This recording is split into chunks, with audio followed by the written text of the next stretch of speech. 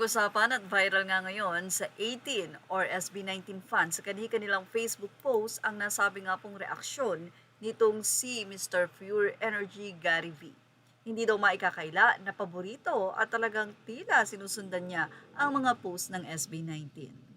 Sa nasabi kasing pag-promote ng SB19 ng bench kung saan of course suot-suot nila ang bench, ay tila umakting ang mga ito at tinawag ni Josh ang tatlo na Emily, at doon ay lumingon nga ang tatlo at tila may hinahanap.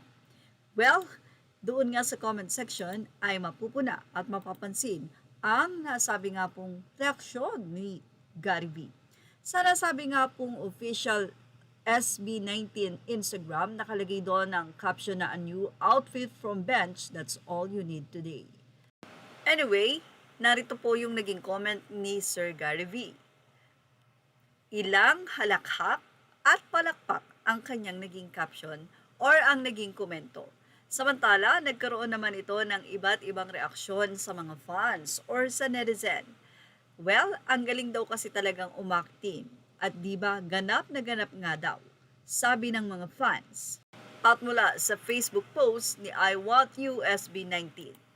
Well, reaksyon naman ng mga fans, favorite niya talaga ang boys. Outfitan niya daw yan kasi At tuwan-tuwa naman ng isang fans at sinabing yung emoji pa lang, nai-imagine ko na si Sir Gary V kung paanong tawang-tawa siya. Sa ipa ng ilang mga fans, oo nga, tuwang-tuwa si Sir Gary.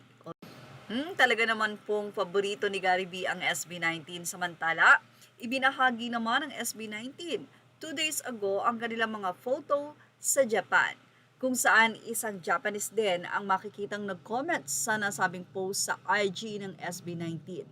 Well, ang translation ng nasabing komento, the fact that SB19 was in the streets of Shibuya makes me so happy. The street of Shibuya in Japan has become or have become even more special by SB19. Thank you so much for the wonderful pictures, for coming to my country. Thank you so much, Ken. Ken in Shibuya is super awesome too. Naku, mukhang bias niya pa si Ken. But anyway, narito po ang ilan pang mga shots.